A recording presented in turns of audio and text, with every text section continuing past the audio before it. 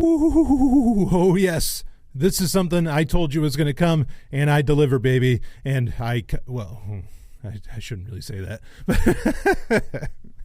The Golden Stallion here for you for a little... Well, this is an update to the other day I released what I am calling a Sovryn Rewind, where I release a classic special, not a Sovereign Tech Prime episode, okay, but a classic special that was pre-Patreon, before Patreon even existed. And, and putting it into the Patreon feed, because that way Patreon is this nice cohesive whole. It's a complete body of my work, or at least that feed is. And also, my my backups look very nicely when everything's under, in the Patreon folder. So this is an update to the most recent Sovryn Rewind that I released, which was the top 8 nonfiction books. So this will be, not to say, as I mentioned, I think when I released that's not to say that those 8 books from the last Sovryn top 8 nonfiction books aren't still some of the best nonfiction ever written. They certainly are. In fact, there's not a whole lot of need to update that list whatsoever. But at the same time, there's been a lot of books over the years since then. I mean, understand that was like 5 years ago. There have been a lot of books that have come out since then, or classics that I've only recently rediscovered. That I think are important, and I think people should know about it. So maybe, technically maybe it shouldn't be a Sovryn top 8. It should be like an important 8 or something like that. Because, again, I really wouldn't change much with my last top 8 list. But you can listen to the whole thing. You can, it's just a couple episodes ago in your Sovereign Tech Patreon feed. So anyway, but I thought, all right, let's do this, and people seem to be excited about it. Let's update the list. Let's come out with a new list, and this will largely be a wholly new list, minus one book that has an updated translation. And so, I'm going to mention that, even though I'm not totally the biggest fan of that translation, but whatever, we'll put it out there. So now this list, of course, of nonfiction books is not in any particular order. Like number 1 isn't exactly number 1 in my heart or anything like that. But it's 8 solid books, that I think are important to have. And ironically, and I didn't really intend on this, but after I compared the two lists, they both took on a similar shape. Like they took on, and I guess maybe that's just the way my mind works, is to make sure that what I'm putting out there is kind of a complete picture on perhaps how to live or what's going on in the world, etc. It all kind of comes together very nicely where it's kind of a broad, this isn't like all anarchist books or something. Not at all. Anyway, it's just interesting how that worked out. But let's start talking about it. Let's start breaking into this list, right away. And the one I'm going to start off with kind of is an anarchist work. Some of these are explicit. Some are sort of anarchist. You really have to probably pull teeth to get them to admit it. But this is one where it more or less is anarchist. Granted, this is by a guy. Well, it's translated by Jonathan Beecher.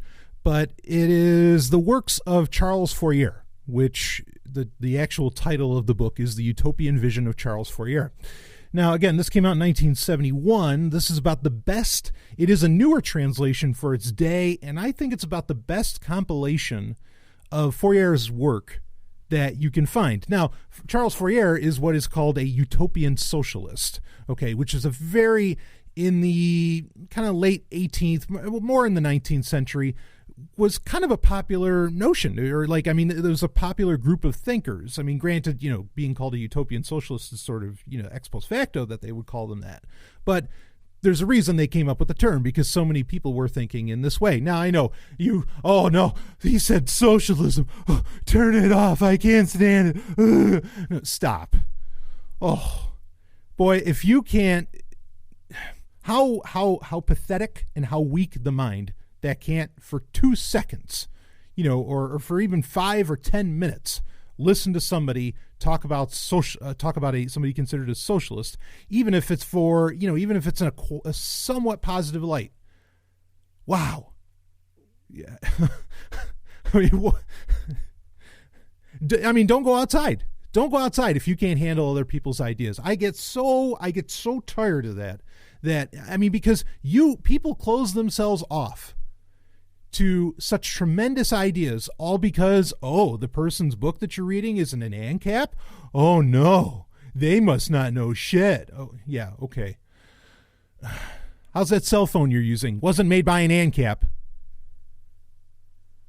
Anyway, moving on. So hopefully that's the only time I have to say that, because there's not a book by an ANCAP here. Not one. And I don't care.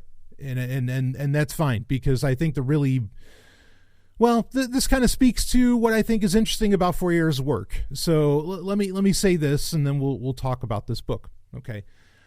I think that we have society so drastically wrong. Like our understanding, civilization, all of it is so off. Like how things are right now is so, it's this weird hybrid amalgamation of domination and capitalism and all these other things. To where, it's not like a platypus where, okay, well, it's a bunch of freaky parts, but look, it gets around and it's, survived for hundreds of thousands of years. So who the hell cares? It's not like that. Okay. It's this thing where, it has like 3 legs and it's meant to run like an ostrich, and the third leg, just makes it topple right over. We are in such an actual free society would in my opinion, look almost nothing like what we've got today. Straight up. Okay. So, when I hear about, we'll just privatize this. Oh yeah. We'll just we'll use insurance companies, which talk about something with the most heinous of incentives. Insurance companies are just one of the greatest evils on planet Earth. Okay. That doesn't mean I want single payer healthcare by the government or something. That's not what I'm saying. What I'm saying is that, insurance companies suck with government and they fucking suck without them too. Anyway, watch me lose patrons over this.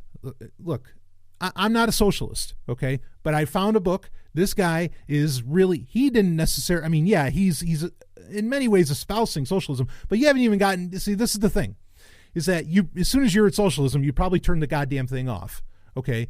When you didn't even hear what my actual critique was, because the more socialist aspects of what he's talking about, I don't really agree with. But there are hints of brilliance within this book, unique hints of brilliance, dare I say poetic moments of brilliance that are so important that, you can ignore, some of the aspects of it because it's not the core of it anyway. It's just a part of it. So anyway, all of that said, Charles Fourier in the, his work pretty much started around 1799. As he wasn't an older man at the time, but, as a young man, he starts writing this stuff up. He's a Frenchman, starts writing into his local papers, doing editorials and, just espousing these really wild ideas. Somewhat similar to what I was just saying in that, look, society is so off base. We have completely lost touch with each other. We don't understand the human condition, and civilization is stuffing the human condition down. Now, he isn't arguing for rewilding. He isn't arguing for, let's all become survivalists or, let's all become primitivists or something like that. By no means. He has, actually, it's kind of crazy how methodical and planned out some of his shit is, which when it comes to, so he has this idea when you read the Utopian vision of Charles Fourier, he has this concept of what he calls phalanxes. This is not the most interesting thing that Charles Fourier came up with. Okay. I'll save that for a minute. He has this idea called phalanxes. Now, not like a Spartan phalanx or something where everybody's holding up shields. The idea is that there is a certain amount of people, okay, that makes for a maximal amount of efficiency for humans to exist within, okay? And I think the number's it's like 1,600, something like that, which, I already think he's wrong. Kind of right there, because I don't think that you can actually have any kind of grouping of people living efficiently and successfully, with it being 1,600. Now, granted, let's be clear here that, Charles Fourier lived in the, 18th and 19th century. So he probably, even though he's kind of hinting at a notion like the Dunbar number, which means that we can only have, like up to 150, 250, depending on your interpretation, meaningful relationships. He's probably thinking that, well, but to be able to do farming and all these other things, you're going to need at least 1,600 people. As to where today, with so much technological innovation and automation, you don't need that many people, to have a, perhaps what one could call a self-sufficient little grouping, a TAS or a PAS or union of egoists or something like that. You could have a significantly less amount of people because of, our technological advancements. So that's his idea, is that there's these phalanxes where you get 1,600 some odd people together. Now, how did he come up with that math? Yeah, part of it is that you need a certain amount of people to do a lot of, manual labor. Now, you're hearing, oh, this is communism. Well, Charles Fourier's idea, and I think that this idea spreads, has long lasted into today, including in Silicon Valley, okay, which Silicon Valley is probably the largest gaggle of socialists in the world. Yeah, they're socialists. They love Ayn Rand. Oh, they're all about, no. They want to plan every ounce of your life. They want everything going into this big treasure trove. Just because they're not taking your money doesn't mean they're not taking things of value away from you, like your data, right? No, Silicon Valley, not all, but the bulk of Silicon Valley is a bunch of socialists, okay? If we're going to use that as a pejorative. So anyway, so Charles Fourier's idea was that you could, and this has to explain some of his philosophy, or he would hate the term philosophy, but we'll get into that in a minute. But his concept is that people would actually love to do work if they freed themselves of all of the kind of social mores, and if they got rid of all the things that civilization is kind of pushing onto the everyday person. They would actually love to do their work. Like they would feel an intrinsic motivation to do work. Now, there's nothing crazy about that. Like, that's not inherently communist or socialist or anything like that. A lot of people I know who I respect, who are ANCAPs, talk about all the time, like, or people that are into, how about, are you into like, what do you call it? Unschooling, peaceful parenting and all that. That's all about, letting your children develop intrinsic motivations to do things. That's exactly what Fourier is talking about. Okay, so he gets kind of labeled a socialist for that, and partly because there wouldn't necessarily be money, but people can really choose not to have that. And he's not talking about barter either. Like, I mean, any oversimplified argument against what Fourier is saying is usually done by somebody who actually hasn't read Fourier, to know exactly what he's saying. And again, I think he's wrong on a lot of counts, but the arguments against him are so terribly basic. I mean, it's obviously done by people that, I don't even know if they've read a Hoppe book, but they'll praise Hoppe. So anyway, so Fourier, he has these idea of phalanxes. Now, part of the reason that he comes up with that number of 1,600 or so is because he believes that there are like 820, something like that. There are 820 different personality types, and that you want to have at least two of each personality type in your phalanx, in your little social grouping here. Okay. And this social grouping, there'll be phalanxes, like the entire planet will essentially be just littered with phalanxes, little groupings of people, 1,600, a pop. But then there's like there would be this like omni phalanx, like this overarching kind of phalanx that, has like kind of almost like a world court set up over all the other phalanxes. Okay, now that's where things get socialist, and that's where I completely disagree. That's one of the areas where I completely disagree with Fourier, of the idea that there needs to be like this supreme phalanx that can help call the shots under any, over all the other ones. That's a terrible fucking idea. Okay. But, especially since, depending on which version of, because his ideas evolved over the years, obviously. He didn't hold the same ones all the time. But when you get into some of them, it almost sounds like he's saying that the other phalanxes would actually, like, support the top phalanx, the omni phalanx, the world phalanx. And that smacks of like that smacks way too much of some kind of like almost a monarchy, where all the little people will help support the, it's some kind of like royal line or something, and that's terrible. Of course, the other problem too is that like within these phalanxes, like Charles Fourier calculates to such a level of precision, and I don't mean that in a good way, to such a level of precision, like how many hours people, would want to work or should work, how many, minutes per day they could spend on this, can they switch to other jobs, how much fruit did they actually need to grow, how much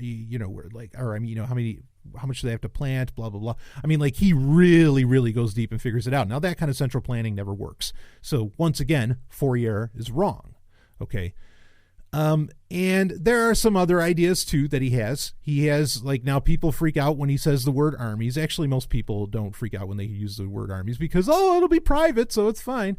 No, sorry, armies are bad, private or government, government backed. But anyway, his idea of armies, they're not what you think of as far as armies. These are not like warriors. These are people who, go out there and they're almost like missionaries, where they're trying to kind of, spread the good word of the phalanx and help out with other phalanxes and do all this other stuff. And there's certain rewards that come along with being in said army. But, he does unfortunately use the term army, whatever. And missionaries, that leaves just even though he doesn't use that term, the concept leaves a little bit of a bad taste in my mouth. So those are some of the critiques. And again, this is a huge book. I mean, you are going to be reading for a very long time the works of Charles Fourier. And there's a lot to take in and there's a lot to consider because, well, I'll talk about the points in the positive here now.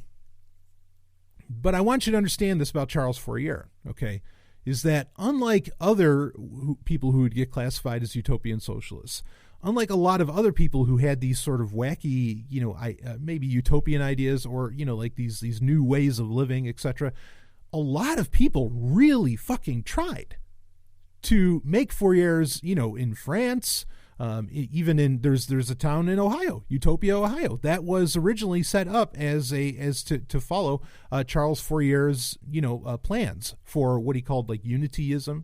That was. People really tried to do this, and that's really saying something. I mean, it's a rare case where somebody, especially among the utopian socialists, where they actually, people were so inspired by what he had to say that they went for it. But the thing is, and this is the parts where I really love what Fourier has to say, is that a lot of those failed, not because necessarily that specific brand of socialism, which even that I think is kind of rough to call it. I don't think it really becomes socialism until there's a ton of phalanxes. Even then, it's not because they were socialists that it necessarily failed. It failed because they didn't go all the way. So Fourier never really gives in his lifetime. He never, and he talks about it. He never really gives like a complete, like his complete theory, because he's afraid that it's so extreme. It's so crazy that if he talks, if he lays it all out, nobody will listen to him, and he'll ruin the opportunity for humanity to grow, into this amazing thing, which he calls unityism, which we'll talk about unityism in a minute. And, I'll tell you, I can really, I don't think I'm the only one. I think a lot of people can really appreciate that point. How afraid are you? So many times to not express really all the way that you think. I've had people try and pull out of me, well, just lay it out. In fact, I've had people email me and say, Brian, we just want you to tell us, like, how should it be? What should we do? How should it be? I don't want to do that for a lot of reasons. Okay, and I've talked about this many times in Patreon episodes and on Sovereign Tech Prime. Years ago I had to talk about that because there's people who wanted to ascribe their own ism to me. They called it incendiarism. And I'm like, whoa, no, don't you fucking Elron me. So, I get it. But Fourier actually did want people to listen to him, but I can understand his fear. He has the fear of, like, he's afraid of, revealing everything because people will just think he's nuts. Okay.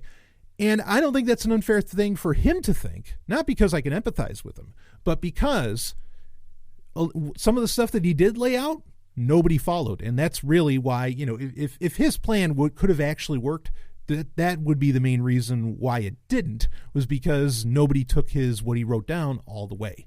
And what I mean by that is, Fourier really thought of himself very highly, and he thought that he was going to finish the work that Isaac Newton started. And you go, what the hell is this?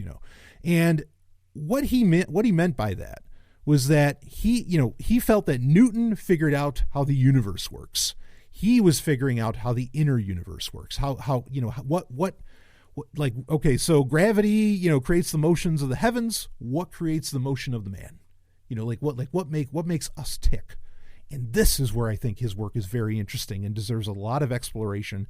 And I kind of buy it. I'm still chewing on it and thinking about it, but he has this, what he calls passionate attractions. Okay. Now, what he means by this, okay, and there's this, he has this, obviously, like everything else, he has it all worked out, okay. He has this tree, he lays it out in a tree called unityism, okay, or what he calls the passional tree. And his claim is that mankind has, humans have 12 passions. And these 12 passions are broken down into three, passions. I mean, there's 12 of them, but they're broken down into like three different areas. So you have the first one, which is the luxurious passions. Okay. Now the luxurious passions are really just based upon your senses. Like, these are the things that you can only really pay attention to and express if you have the time and freedom to do that. Which his idea of the phalanx, where everybody loves to work and where, everybody's kind of like helping support each other, etc., and everybody's lifting each other up, really allows for you to engage in your passions. Okay. This is similar to today. And look, in a way, Charles Fourier, and this is certainly where the socialism creeps up too. In a way, Charles Fourier was almost arguing for a UBI. In a way, for, universal basic income. He was ahead of the game. And of course, and that's why, again, why I feel very comfortable in saying that Silicon Valley is a bunch of socialists, because they all push for UBI, or at least a lot of them do. So anyway, but the argument for that, the positive argument that a lot of people bring up for a UBI, or even for communism, okay, is that a person can't really be the person they are if they're not, unless they are free to actually concentrate on who they are, and they're not worried about where their next meal is going to come from, or if they're going to have a roof over their head or whatever, because all those things create stresses that doesn't allow the human to really express themselves and to really be creative in all this. And, there's some truth to that. Like, in my opinion, there's some truth to that, because I know my creativity dives when I'm in a high stress situation. Okay. Like, it just dives. I mean, so it's true, or at least anecdotally, in my opinion, but I know I'm not the only one that said that, and I'm sure you could easily do research that would prove that fact. Somebody probably already has. Okay, that doesn't mean communism is right or socialism is right, but that's a point. So anyway, so the luxurious passions are like at the kind of at the top of the heap, okay? And so, again, this goes by your senses: smell, sight, touch, sound, taste. And he's claiming that you need to appease all of these for a human to really live that peaceful lifestyle and to feel fulfilled, and for the human condition to be fulfilled and for a person to feel fulfilled, which I don't have a whole lot of argument with that abstract part of it. Okay. And he would argue actually that touch and taste are the two most important out of the 5 luxurious passions, which of course are based on your senses. Taste, food, right? Touch, human touch, contact. And before I go into the next set, let's understand this, that Fourier, and this is where a lot of the, when people were actually trying to implement Fourier's ideas, be it in Ohio, France, wherever, this is the part that they didn't want to implement, is that this guy was totally, he was sex crazed, obviously, polyamorous, his notions of love were so far out, even for his day, and are really only getting caught up, in my opinion, to today. And I really respect a lot of what he has to say. There's some ideas, he has the idea that the phalanxes would have fairies, which are effectively sex workers going around. If you force people to do that, obviously that's terrible.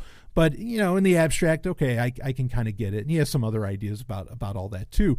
But, again, not to get lost in the details, but overall, yeah, I actually agree with much of what he has to say about love and how he feels about love and like the real openness of it. And like he talks about how marriage would go away and all these other things. It's a really, I mean, it's a fascinating read, and it's doubly fascinating when you recognize just how ahead of his time he was in what is now considered, if you look online and you go reading on Motherboard or well, that's the same thing, not Motherboard, but if you go on Vice or if you go reading on Slate or I don't know, wherever you go, that, oh, wow, this is all very new, and no, to Fourier, this was, I mean, it was new for him and it was, evolutionary, but, yeah, I mean, he was 200 years ahead of the game. So anyway, but understand that like he felt that you need to be able to express those passions. You need to be like, he felt that not only was there like a UBI as far as you being able to have a roof over your head and food, but that there was almost a sexual UBI. Okay. Like that was one of his ideas, because he said without that, he said, then, the incentives that a person goes through in life, trying to find a partner and all this other stuff, he said, it's going to create stress, and it creates what he considered to be a broken human. Which is interesting, it's interesting.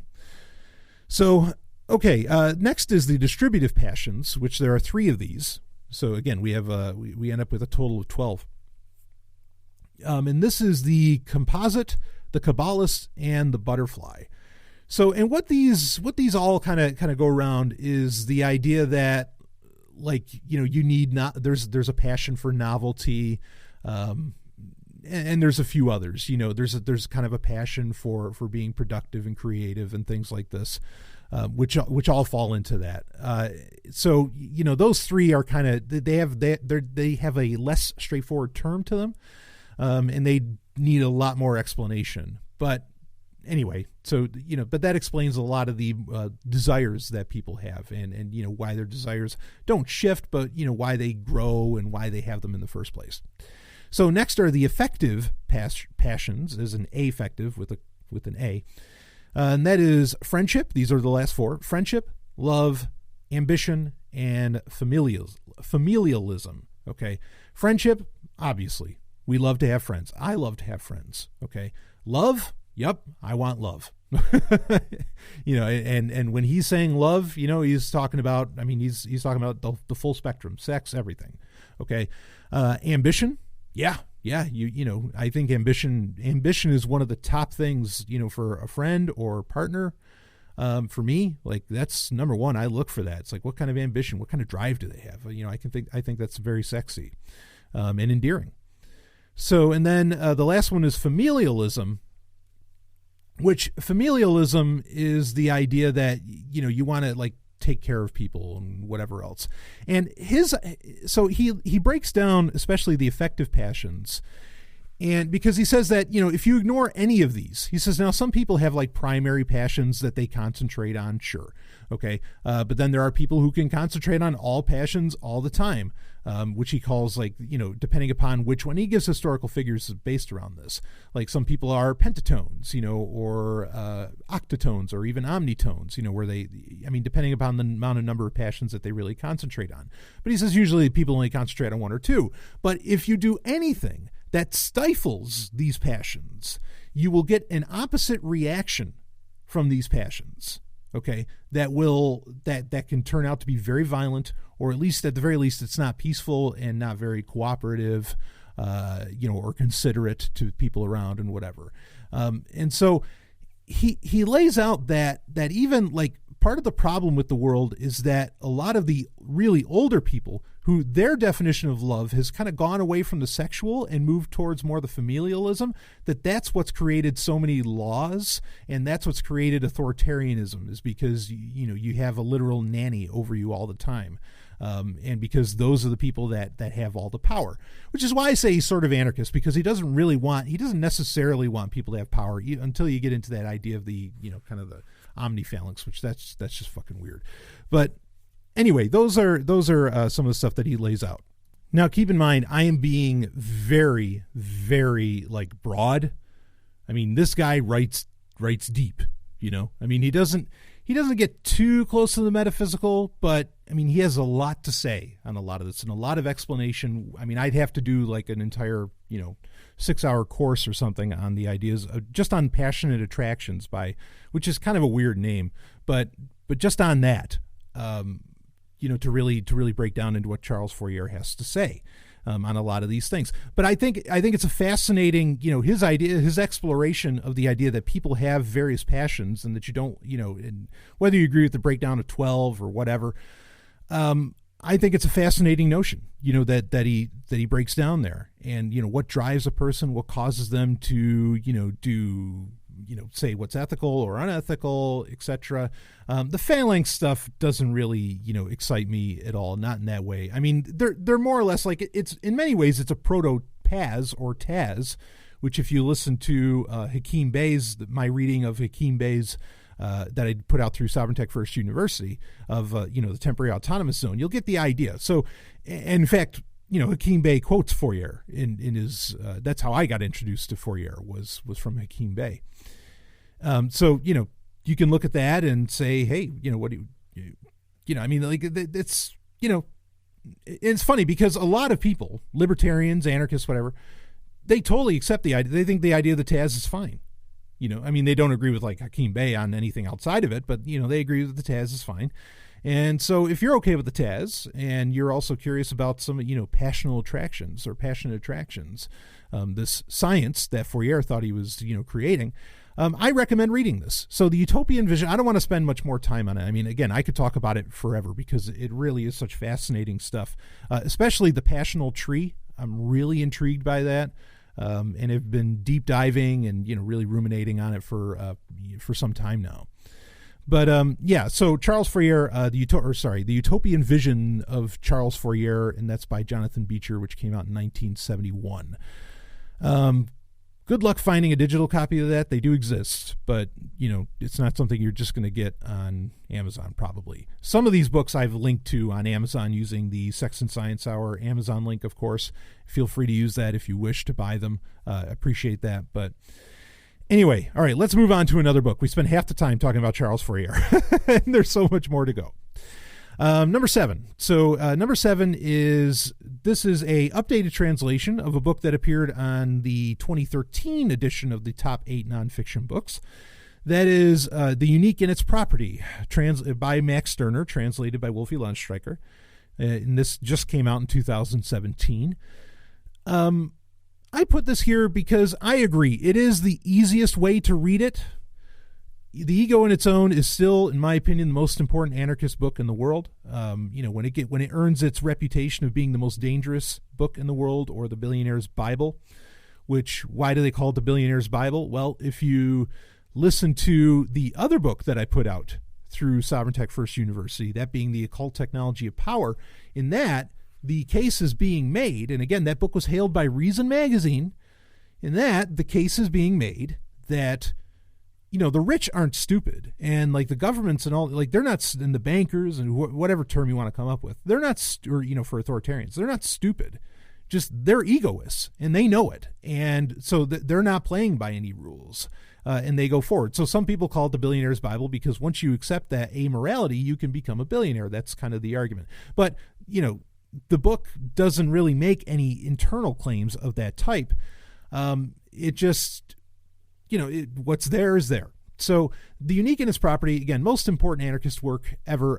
I do recommend, if you're going to read, I mean, I've talked about The Ego in Its Own so many times, and Max Stirner's work, I am totally, I guess one could argue that I'm a Stirnerite. That's a term that gets thrown around. I would recommend, if you're going to read The Unique in Its Property, it's the easiest way to read it. Again, a term that most people associate with Stirner is the term of spooks. That term is not in this book. Instead, it uses the word phantasms, but it means the same thing. It is a lot easier to read than any other version out there. However, do not read the introduction first. Read the book first. Decide for yourself what you think Max Stirner was saying. Then you can read the introduction by Wolfi. Because I disagree with Wolfi's interpretation, not translation. I think his translation's fine. I disagree with Wolfi's interpretation of what Max Stirner was trying to do with the book, The Ego in Its Own. He's claiming that Stirner was just trolling everybody. Absolutely not. No way. Like, I just, because he laid it out all so well. And he spent so much time in Stirner's critics, like batting away accusations at his own book. Like, why even bother if it's just to fucking troll people? I mean, then if you're getting accusations, you won. It just doesn't make any sense to me. I agree that, Wolfi brings up, well, Stirner was a very sarcastic guy, blah, blah, blah. Sure, fine. That doesn't mean that he was, that somehow, the egoist epoch, that idea was, some kind of, that was just some kind of metaphor, and not even like that it wasn't a literal thing that he thought would come into being. I really, really disagree with much of the take that Wolfi has on Stirner's works. But again, that doesn't mean that the translation's bad. So The Ego in Its Own, again, this is the, what one could argue, the Bible of egoism. He wrote the Bible. The Bible of ANCAPism, of course, is written by Christopher Chase Rachels. All other books are meaningless. That's the only one you should read. I really can't wait for more ANCAPs to call that guy out. I wish they would. That's part of the reason I don't respect ANCAPs, is because they let guys like that make such, heinous claims. With his,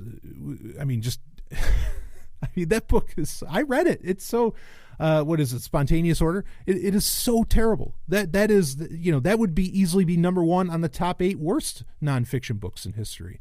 It is just a horrendous piece of, I don't even want to call it nonfiction, because I think it's just bullshit that he put together in his head. Terrible book. So anyway, and actually that guy has been very critical of Max Stirner, probably because The Ego in Its Own takes his book and, just turns it into toilet paper, because it shows that everything you're talking about is pure bullshit. Almost everything is a social construct. Okay. And that's what you want to realize. And that the only thing that matters is the individual, not civilization, the individual. Okay.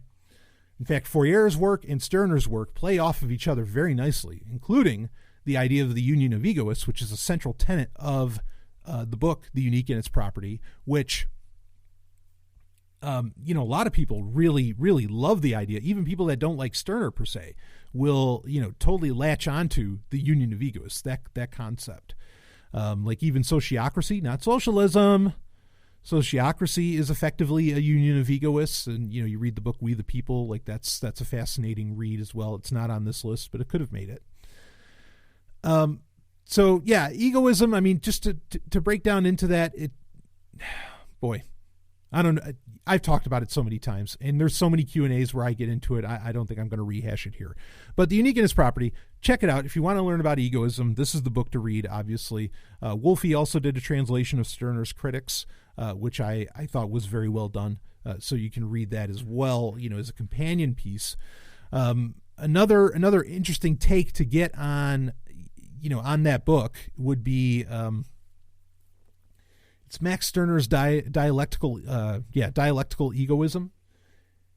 And that's by, I think, John Welsh, I think the guy's name is. And you might want to, like, that's an interesting book to read after you read The Unique in Its Property, because it gives you a very interesting interpretation of what everything was being said there, and it's vastly different from what Wolfi was saying. So anyway, all right, that's it. I'm sure you expected that book to be on here, but this is the book that helps you as the individual understand the importance of you, as well as the importance of every other individual, because, this is the basic premise of The Unique in Its Property. You are the most important person in the entire universe, and so is everyone else. Deal with it. And the individual is the measure of all things. Bammo. Okay? So do check that book out. All right, let's move on to another one. Boy, people are probably like freaking out over, perhaps what potential theme is being laid out here. The next one is Sacred Economics by Charles Eisenstein from 2011.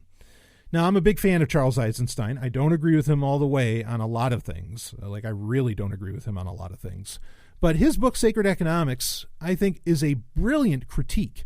We were mentioning earlier with Fourier how we were saying, like, look, the way everything is set up right now, it's just so dramatically wrong. Like, it's so off of what actually lifts up the individual and what, improves, helps evolve, whatever, the human condition, which I know that's kind of a nebulous term, but what allows us to be peaceful and happy, right? The purpose in life is to be happy. What allows for us, what situations allow for us to, what environments allow for us to, flourish into happiness, as perhaps easily as possible, or to the highest levels possible. So Eisenstein kind of hints at things in that direction, even though he doesn't necessarily say that the purpose in life is to be happy. I mean, he doesn't exactly say it, but I think he dances around that idea, and he's just afraid to kind of put that out there, because some people think that when you say, well, if the only purpose in life is to be happy, then you can be a terrible tyrant and kill everybody. No, because if you're actually in touch with who you are, and if you're in touch with, like your own biology, okay, your biology, not even, to say nothing of your thoughts, whatever, empathy is a core part of who you are. And you can't possibly be happy when you're lobbing somebody's head off. You can't. And this is one of the main areas where I disagree. There's lots of guys like Thaddeus Russell and others who said, oh, no, nobody, a baby doesn't care if a head gets lobbed off or something. It just doesn't know. I completely disagree with that. And I feel I have the scientific research to back my position. So anyway, sacred economics. So this is all about, really, it's about gift economies. It's about removing some of the abstractions away from money, not eliminating money necessarily. Okay, so this isn't really like a communist or socialist work, but it is a brilliant critique on how things have come into being, how we are, where we are. The fact that we put a monetary value on everything is what makes everything kind of meaningless, and what gives us like the scarcity mindset. I mean, there's a million brilliant ideas that get laid out all in this analysis of gift economy compared to, perhaps more of a capitalist economy, or more of a, capitalist might not even be the best term, but, an economy where everything has a dollar value. And look, folks, there are things that they really don't have a dollar value. Okay. You cannot genuine, full-on love. And granted, love can mean a lot of different things for a lot of other people, which means how can you exactly put a dollar, like you can't put a retail price tag on that, can you? But like you can, I mean, yes, you can buy like maybe an aspect or a version, some kind of version of love or a relationship with somebody by having a lot of money, but you can't actually buy love. I mean, like you just can't. I know there's people who want to say that you can, and everything's an economic transaction, and it's like, no, it's not. The human condition is incredibly complex. I mean, we have a quantum existence. It's not binary. It doesn't all go down to ones and zeros. That's for computers. Okay, we're not computers. No, we're not. Yeah, it might be fun to use analogies for computers to explain what's going on in the human body, but we are not computers. So Sacred Economics by Charles Eisenstein does a great job of introducing this concept of the gift economy. He does a great scathing rebuke of like the idea that barter was never really a thing. It was never really barter.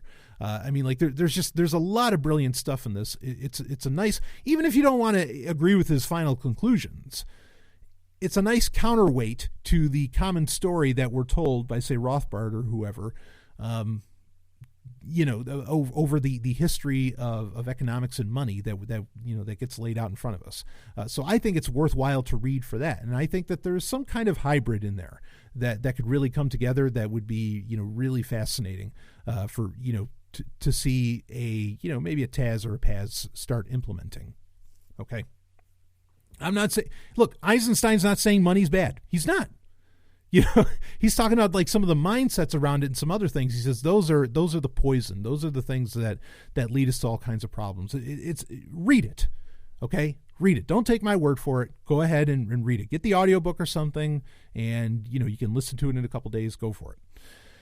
Okay, let's go on to the next book, because I really didn't want this to go longer than an hour, but I've only covered 3 books and we're 40 minutes in. So number 5, this is a straightforward book to talk about.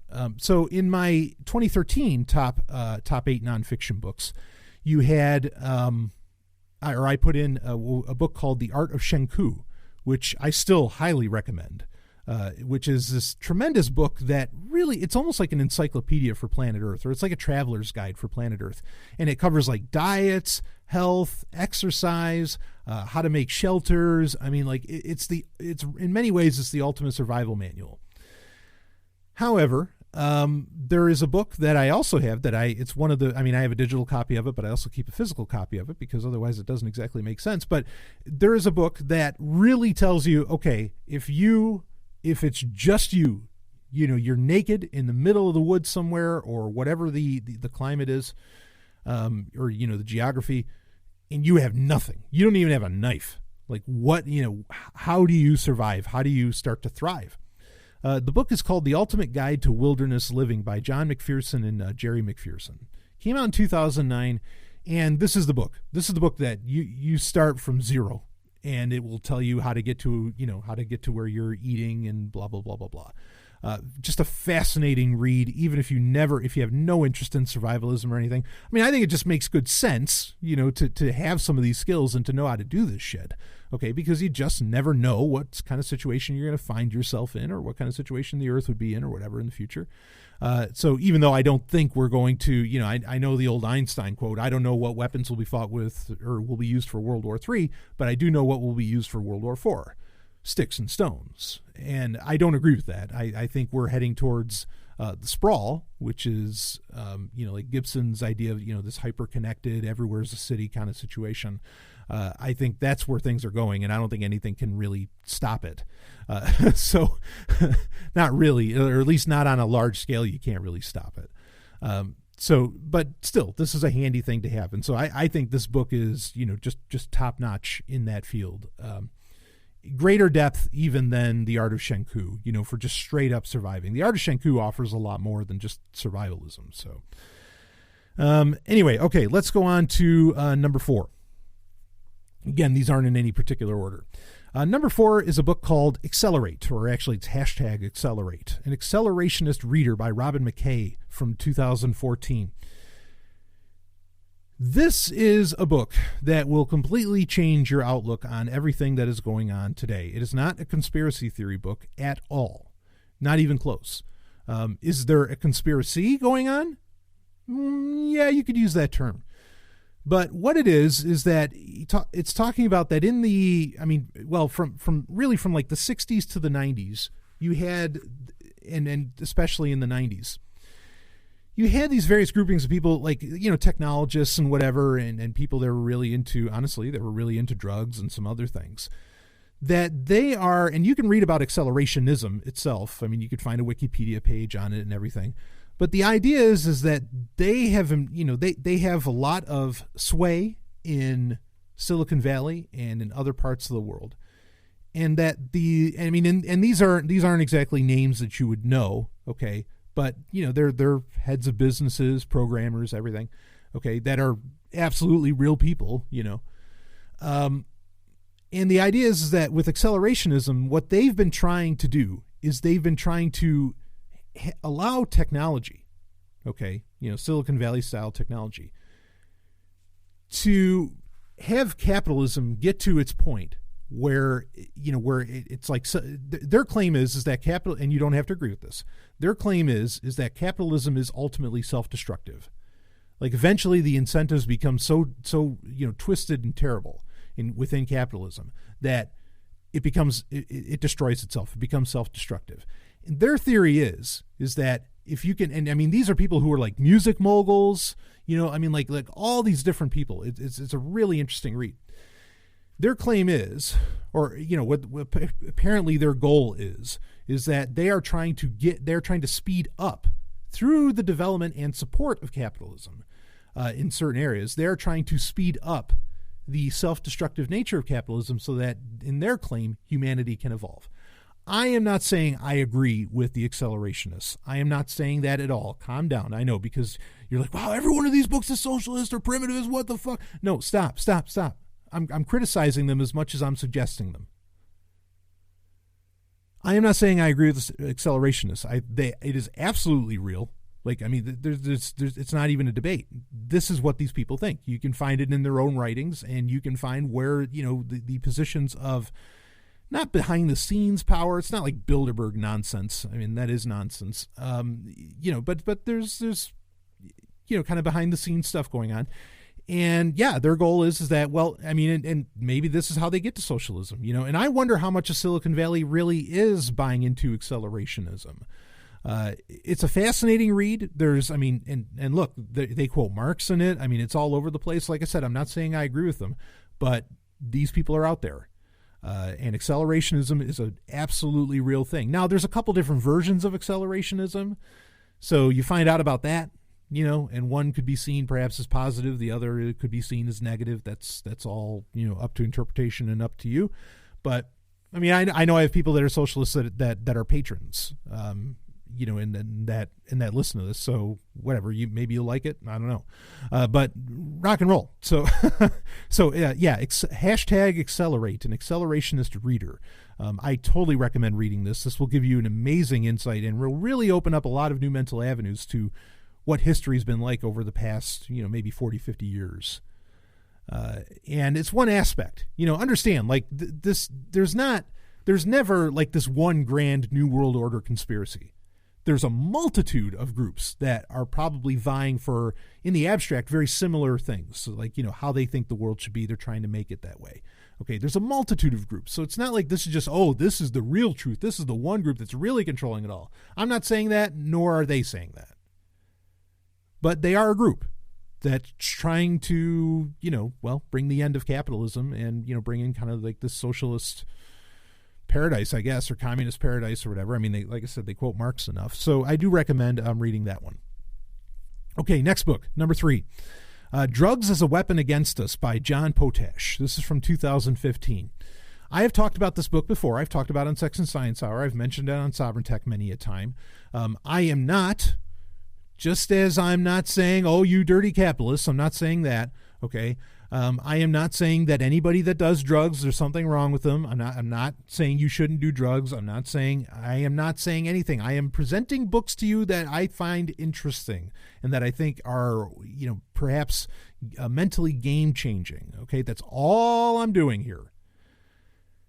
Drugs as a Weapon Against Us by John Potash is a book that explores the history of the opium trade all the way back into, like 19th century China, and, into LSD, the introduction of LSD by, the arguments go by the CIA and others, given to world leaders. This is a very depressing book. It is terrifying, frankly. Okay. Because, and when I've talked about this in the past, like every sentence in this book is like a fact. Like he's just, John Potash is just constant, and this is a huge book. He's constantly laying down point after point after point after point after point. Now, there might be points where he's pulling out the logical fallacy of stacking the deck, okay? But overall, I felt, and I had my fallacy guards up, okay? Overall, I think he makes a very interesting case. And the case that he's making is that the U.S. government uses drugs from marijuana on up, okay, to heroin, whatever. And of course, he talks about how absolutely, without question, the British government did it in China, okay, back in the 19th century, and even a little after that. But he makes the case that the U.S. government uses drugs to control various activist groups to keep social change from actually happening. And they just hook people and they destroy all of these activist groups, evolutionary, revolutionary groups and whatever else. And I think he makes a very solid case for that. No one's telling you don't do drugs. Or John Potash might be. I'm not telling you that. But I'm telling you that this is a wild history. You read this and you read Accelerationism, they are interesting companion pieces, in my opinion, into getting a different take, a different look on what has been going on since the 60s, really. So those two books are kind of part and parcel, I think, to read. I mean, they exist fine one without the other, but you do get a very interesting picture when you put them together. So, okay, let's move on to another book. We have 2 left. Let's go to number 2. And number 2 is the 3rd edition, actually, which just came out this year, 2017. The book originally came out in 1997, I believe, or maybe it's even older than that.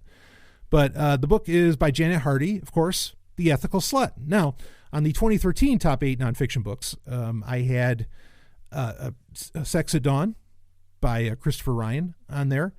And that, and I brought that up because I think that gives a very interesting exploration of what love and sex and things like that have an alternative take to what those have been like since our evolutionary origins. And The Ethical Slut, I think, is just, it's a little more of a practical guide. And I'm not saying it's perfect by any means. So that's why I say just because it's number 2 doesn't mean like it's the second greatest book in history. It's not. Okay. I think the really great book about polyamory, and ethical non-monogamy, as they call it, I don't think that's been written yet. And I'm waiting for somebody to write it. I can think of people who I know who could write it. And I'm not saying me. But I think these ladies would do a phenomenal job of writing it. But anyway, The Ethical Slut, I think this is a really important book. The 3rd edition is a lot better than previous editions in exploring certain things and being a little more open to various gender issues. And yeah, I mean, and this book does not make the case that somehow, polyamory is the ethical way to go. That's not what they're saying. What they're saying is that it's perfectly, they're not saying that that's the only ethical way to live is where, you're not monogamous and blah, blah, blah. What they're saying is that it's completely ethical to not be monogamous, and right on. So I think The Ethical Slut is, if you've never read it and you're interested in polyamory, you're interested in having, in coming episodes of Sovereign Tech, we're actually going to do, because I've had quite a few people ask me about polyamory recently, new listeners or whatever. And I'm going to do a deep dive on that, and I'm not going to be alone when I do that deep dive. But if you want to get started, this is the book to get started on. This is a tremendous introduction to the concept of polyamory. And how it can work, what you can do. I mean, this gives, a lot of tried and true ways. I mean, and look, because what's really hard in society, and this speaks to what I've been saying this whole episode, is that like society has pretty much got it all wrong, in my opinion. You can have it this way if you want, but the people that don't want to have it this way don't really have an option. Like we really, we have to, kind of hide in dark corners to live an alternative lifestyle. Or, we've got to be, I mean, I can be bombastic about it, but obviously I don't get I don't always get very well accepted for it. And that's fine. I don't need to be accepted. Okay. But there, it's tough to figure out, like, what aspects of what you consider love, what aspects of your passions, what aspects of, what you deem to be a healthy relationship or a solid romantic relationship and all that. What aspects of those are things that you were told by movies or by songs or by your parents or by your church? And what aspect of those are actually intrinsically from you or from your biology? And, nobody bothers even to really, most people don't even bother to ask those questions. They just say, oh yeah, well, I give this person a ring and I do all this, blah, blah, blah. And they just do it and they just go along. So yeah, you need books that actually do tell you. It's not like you need the book The Ethical Slut to tell you how to live the polyamorous lifestyle. Because you don't naturally know. So you need a book to figure it out. But boy, the reason you need a book to be, to tell you how to go about it is because it's not natural, blah, blah, blah. No. We don't know. Most people just don't know what love actually is for them. Most people don't even bother to try and define it. In fact, they want to go out and say it's undefinable, which to some degree I get that, but they don't even try. So yeah, a book out there that tells you that this is possible and practical ways to go about it and all of that. Yeah, that's very needed, because society sure as fuck doesn't tell you. It can't. I said this a million times. The movie industry, the entertainment industry as a whole would completely fall apart, except for, I guess, the porn industry part of it. But the entertainment industry as a whole would fall apart. You think, Me Too, hashtag Me Too is dead serious. All right. And I support those ladies, but and whoever else. Okay. But really, the entertainment industry would fall apart if polyamory were the norm, because you don't have half the drama that all these movies push on you. You don't even get it. Like, oh man, watch, oh boy, like, oh, this tragedy, oh, this person, well, they cheated on this person, or they slept with this person, or they had feelings for them, but then they also love this person. And it makes for all the saddest stories where if they just accepted, if they wanted to, if they accepted polyamory, you'd be like, oh, well, this story doesn't have to be sad. I can actually love both men, or I can love both women, or whatever, I mean, it's so bad what gets force-fed on us. And I'm not saying, no, again, this book doesn't say it. I'm not saying it. I'm not saying monogamy's wrong. You rock and roll however you want. You know what kind of time you have, what kind of love you have, whatever to give, and you do it how you can do it. And you want to get married, get married. You want to have kids, have kids. I don't care. As long as you don't push on me what you want me to do, or what that you think I should do what you are doing. And that happens way too often in the fucking liberty community alone. It happens too goddamn often that fucking Stephanie and I get told how we should be living. And I am fucking sick of that shit. People wonder why I get all hot and bothered about it. Well, that's why.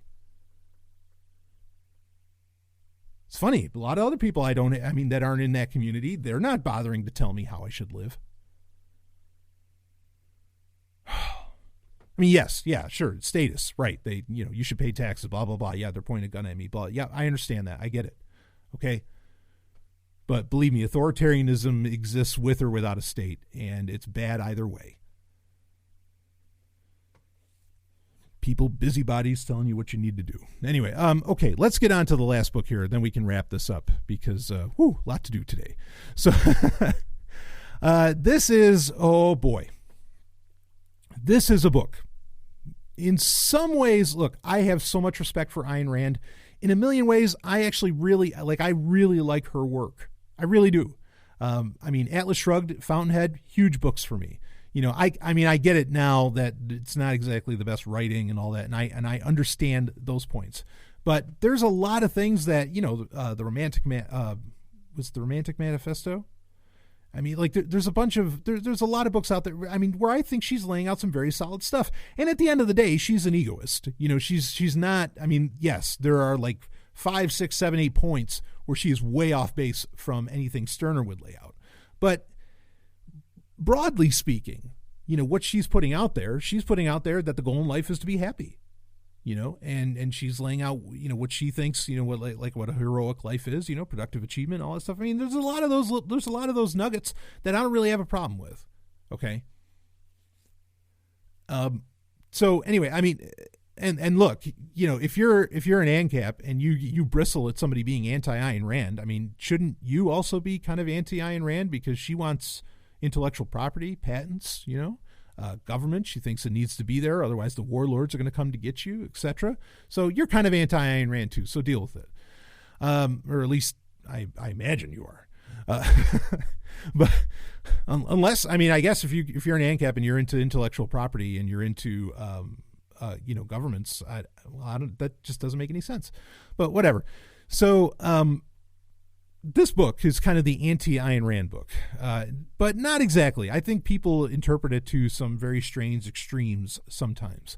The book is Science and Sanity, and it's a very old book. It's fairly old book. It's from 1933 by Alfred Korzybski, who is the father of general semantics, the idea of general semantics. And the book Science and Sanity is all about this concept of general semantics.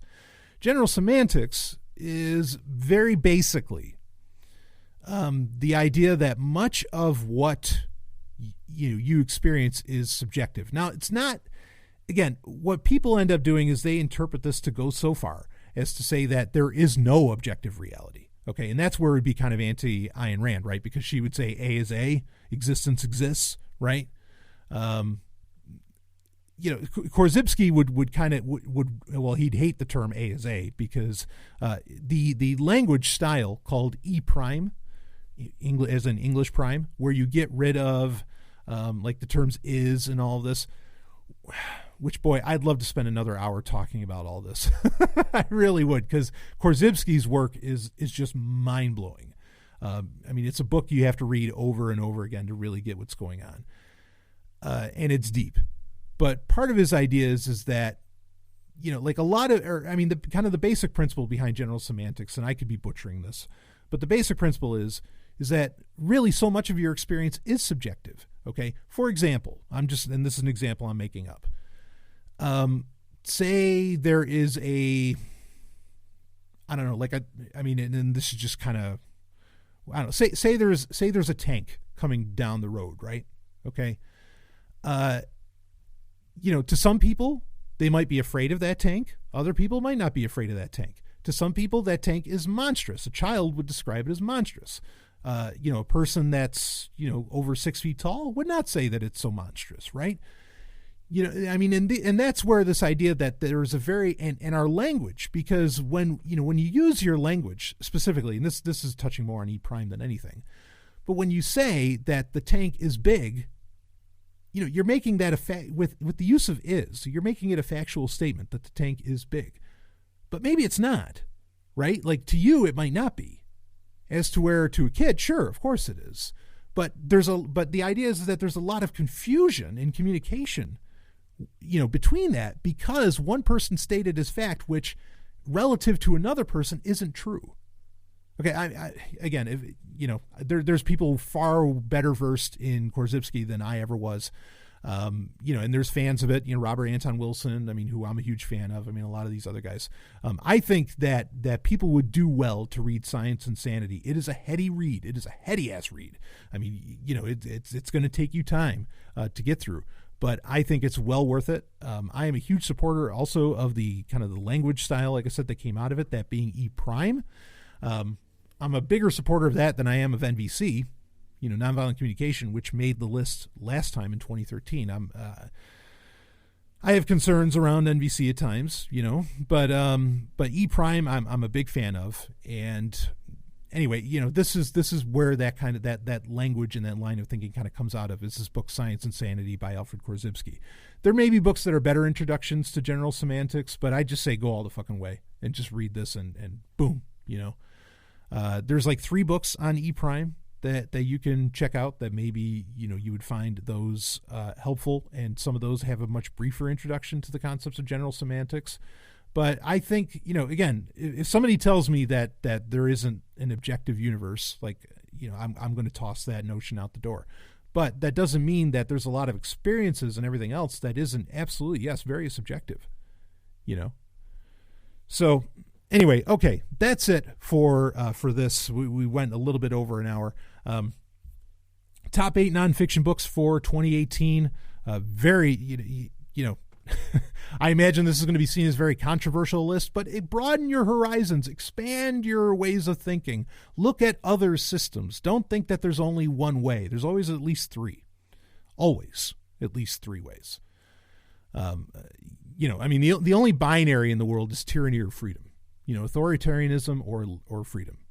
Like really, that's very much the only binary. Everything else in between isn't really one or the other, right? There's no real gray area when it comes to that. But outside of that, that very basic concept, everything, there's at least, 3, there's at least 3 ways, right? And understanding is a 3-edged sword, your side, their side, and the truth. Yeah. So anyway, that's it for this. Of course, there'll be more content coming out. And some of these books actually might be a great introduction. Like I said, for when the user podcast comes out, some of these subjects are going to be, pretty deeply talked about. There weren't a lot of science books in this, even though Korzybski's book would definitely qualify as more of a science book, because there's a lot of science books in the original 2013 nonfiction top 8 that I did for books. So anyway, hope you enjoyed it. Look, if you listen to this and you're like, wow, I want to cancel my patronage. If this is the reason you're doing that, please message me. Let's talk about it. I want to hear your critiques of what I said, or I would love to hear your critiques of these books. I want to know, convince me, and you can. I can be convinced to change my mind. It's happened. Before you leave, okay, give it a shot. Let me know what you think. Some people do have and I appreciate it, they have the guts to tell me, that, oh, wow, I completely disagree with the fact that you had this person on, or that they said this about men, or blah, blah, blah, okay. As much as I'll like I would retort back, perhaps even harshly at times, depending upon what kind of language you use. I still respect the fuck out of somebody that's willing to email me and get in my face about it. Like, cool. Okay, so let me know if you disagree with any of this stuff or if you have any dramatic issues with some of these books. Maybe there's something I missed and you could save my mind from falling apart. You could save the Golden Stallion. But anyway, so talk to me about it. But that's the point of course, all lists like this is to get people talking, isn't it? Or I just want you to read. You don't really have to talk, but if you feel the need, go for it. So there we go. More content coming out this week. Baby, I will see you on the other side, and happy reading.